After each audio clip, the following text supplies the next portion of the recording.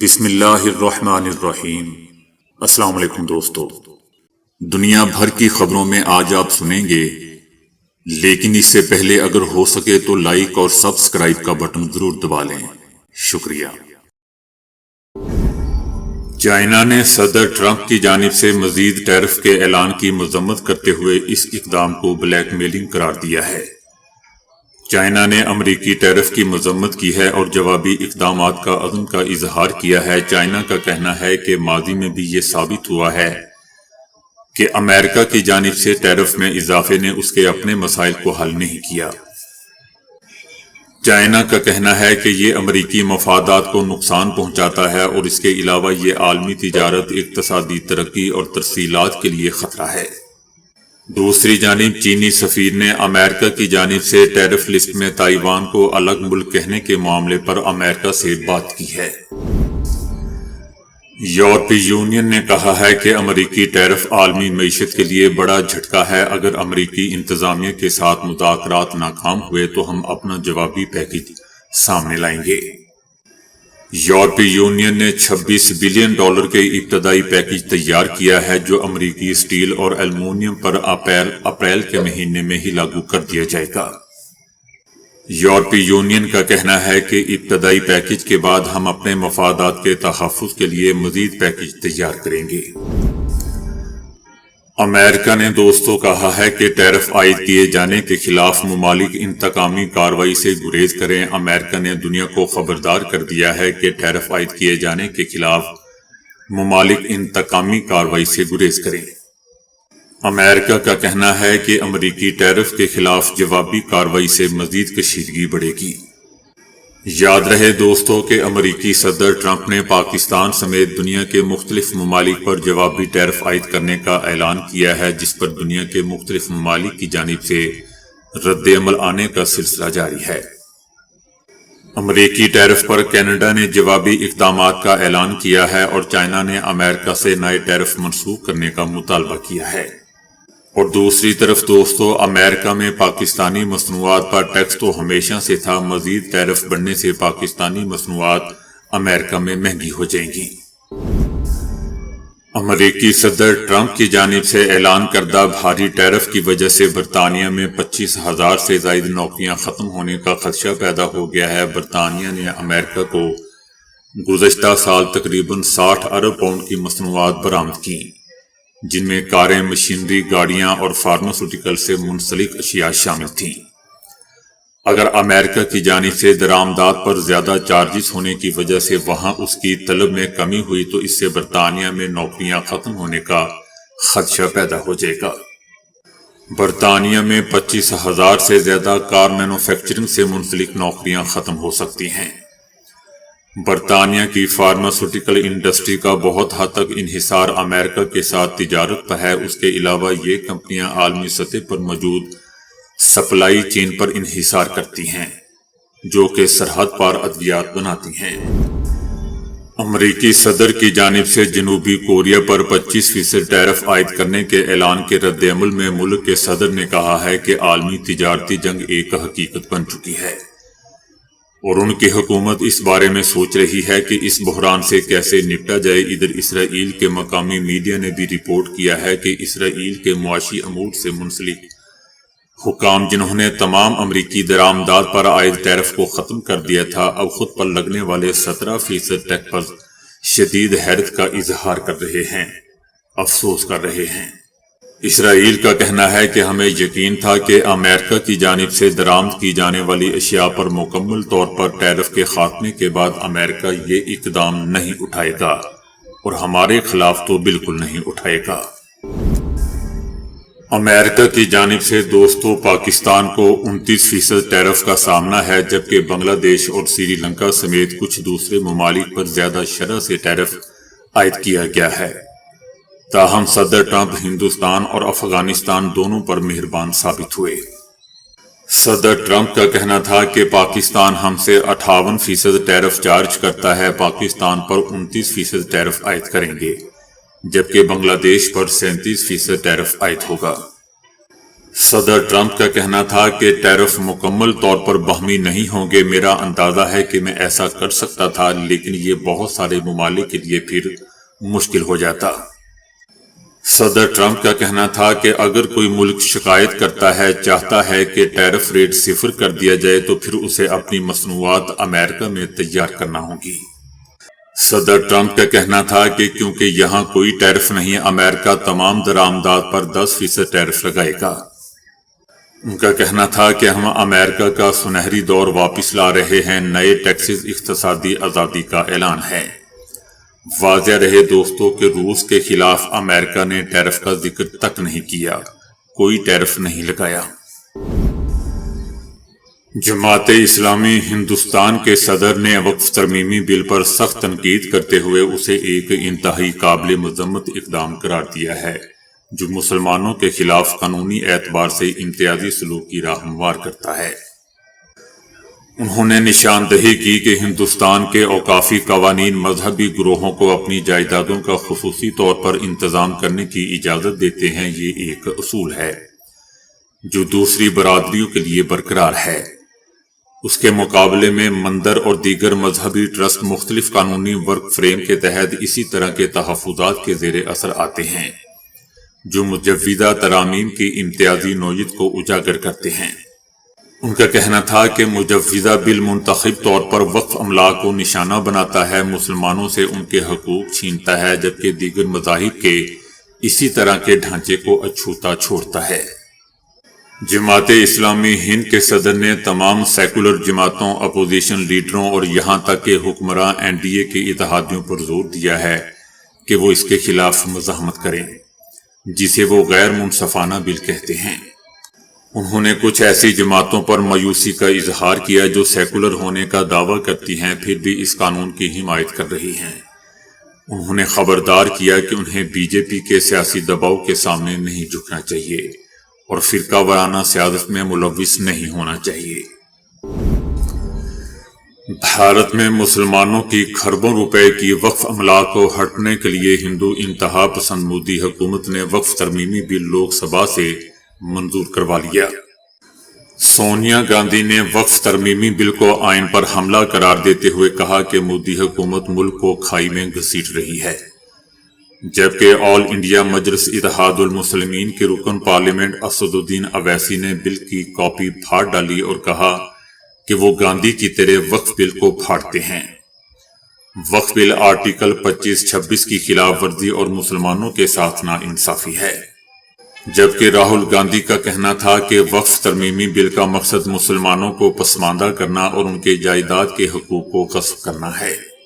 ان کا کہنا تھا کہ BJP اور اتحادیوں کا آئین پر یہ حملہ مسلمانوں پر حملہ ہے، بل مستقبل میں دوسری برادریوں کو نشانہ بنانے کی بھی مثال بنے گا، راہ ہموار کرے گا۔ فرانس نے خبردار کر دیا ہے کہ اگر ایران کے جوہری پروگرام پر مذاکرات ناکام ہو گئے تو خطے میں فوجی تصادم تقریباً ناگزیر ہو جائے گا۔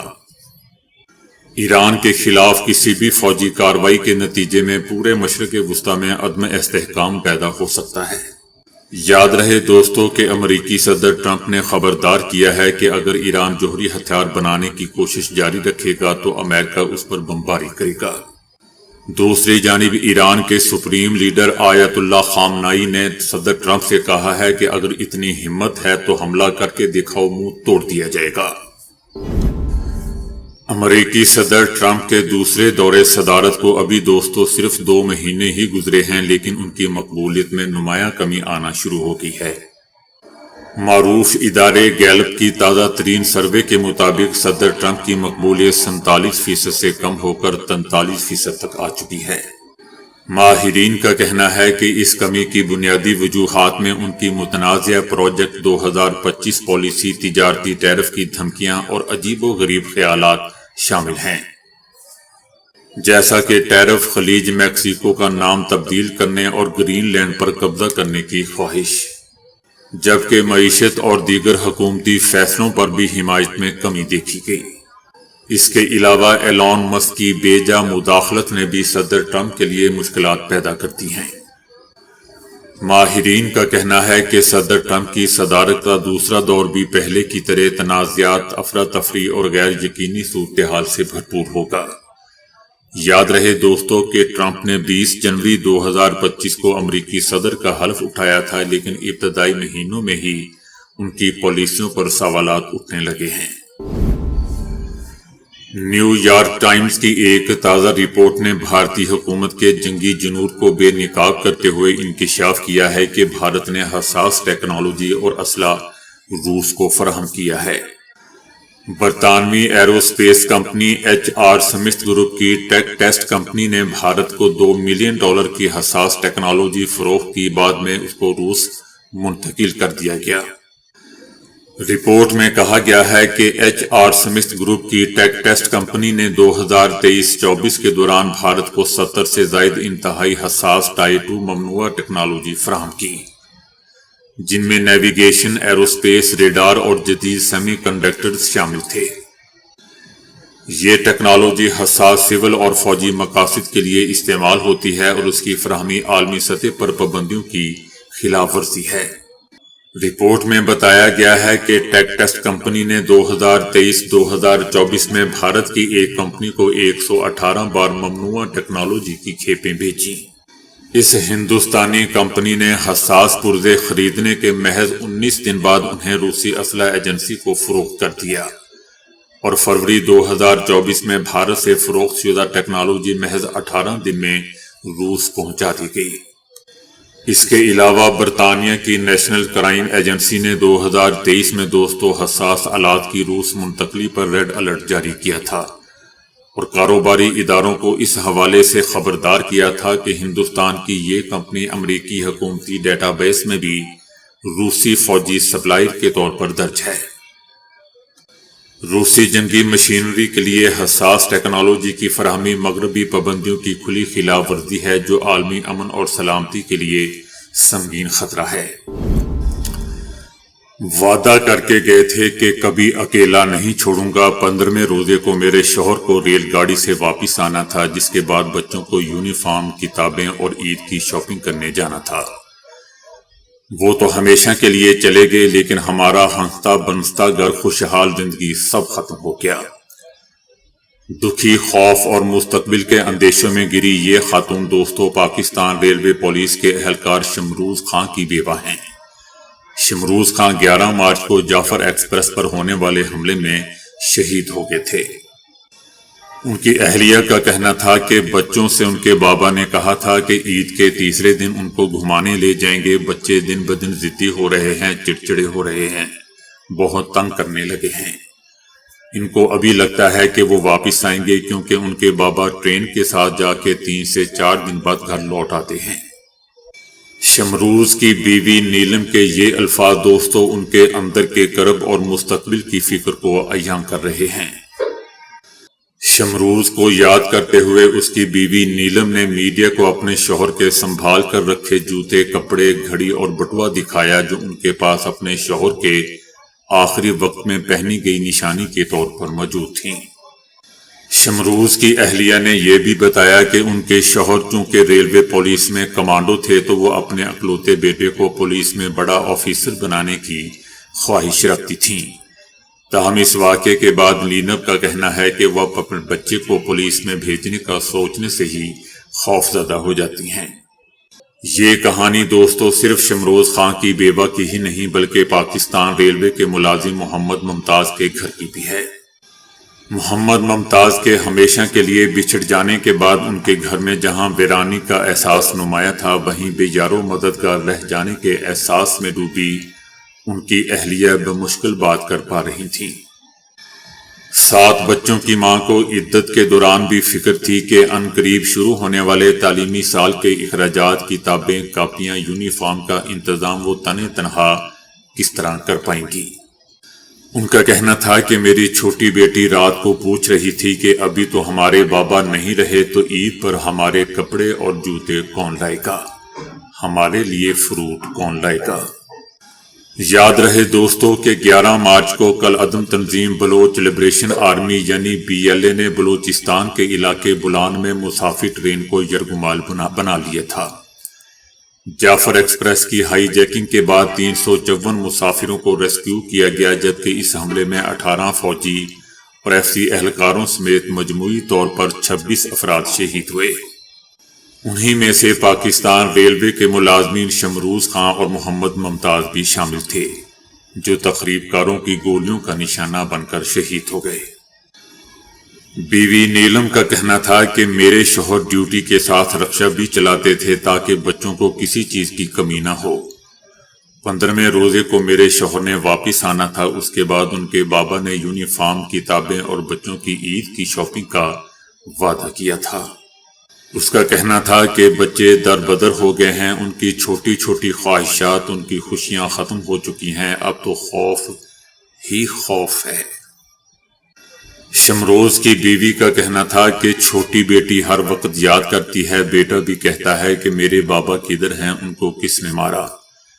میں نے بتایا کہ تخریب کاروں نے گاڑی پر حملہ کیا اور شہید کر دیا، مگر بچے جو چھوٹے ہیں ان کو اس کی سمجھ نہیں آتی۔